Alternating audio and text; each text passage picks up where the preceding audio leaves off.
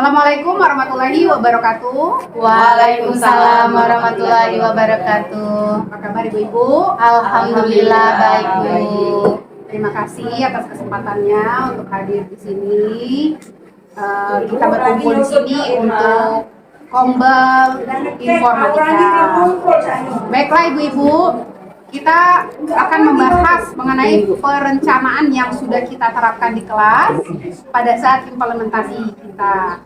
Akan mengamati hasil evaluasi anak. Silakan Ibu-Ibu, hasil kerja anak-anaknya diamati dan dicek. Silakan Bu ya. Ya. Silakan Bu, ini diamati mana? Ya, untuk saya diamati Bu ya.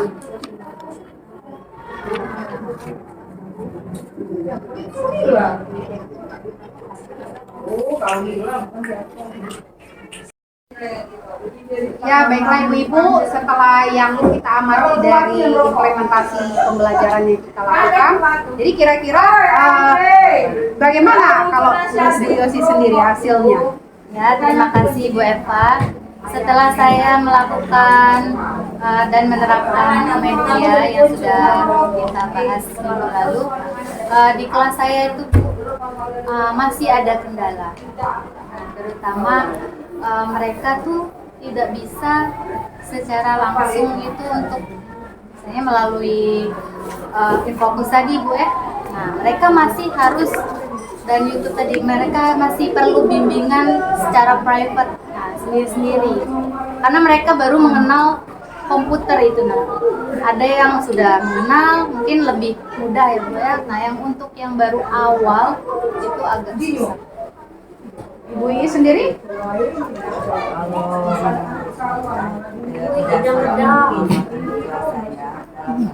Pelajaran itu anak-anak kalau menggunakan infocus, kita tampilkan tayangan YouTube, anak-anak itu banyaknya apa ya, kurang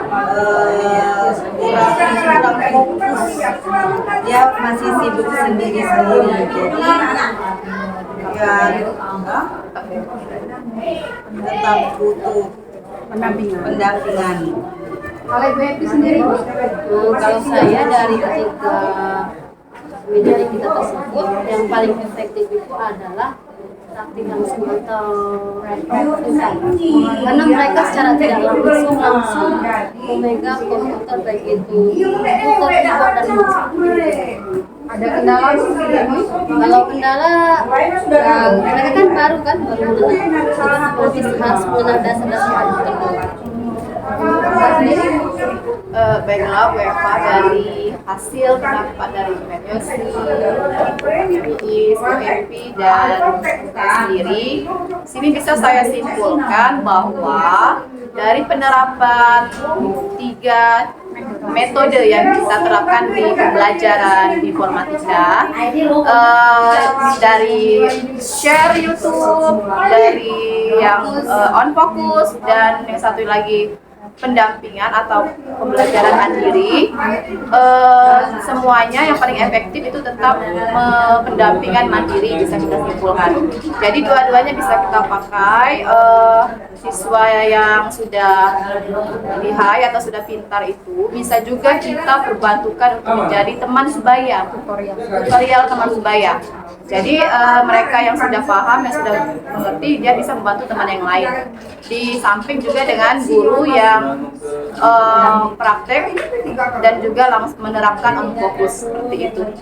Jadi masih ada beberapa kendala dari penerapan yang sudah kita terapkan, dari metode yang sudah kita terapkan masih ada kendala, tetapi sudah banyak juga, hampir 70% perubahan dari kelas yang belum pernah kita terapkan metode seperti itu. Seperti itu Bu Eva menurut saya.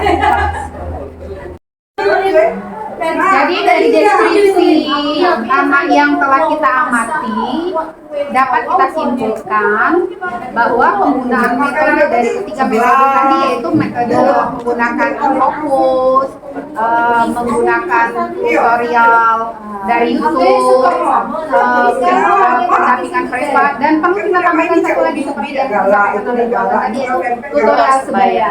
Gunanya apa? Itu untuk mempermudah kita dalam mengawasi siswa-siswa yang ada di kelas tersebut.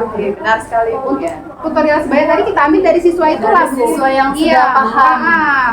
Kategorinya dia sudah, misalnya dia sudah menguasai dari 100% itu, dia sudah menguasai sekitar 70-80% dari materi yang kita berikan tadi. Jadi mempermudah ibu-ibu semua dalam mendampingi anak tersebut.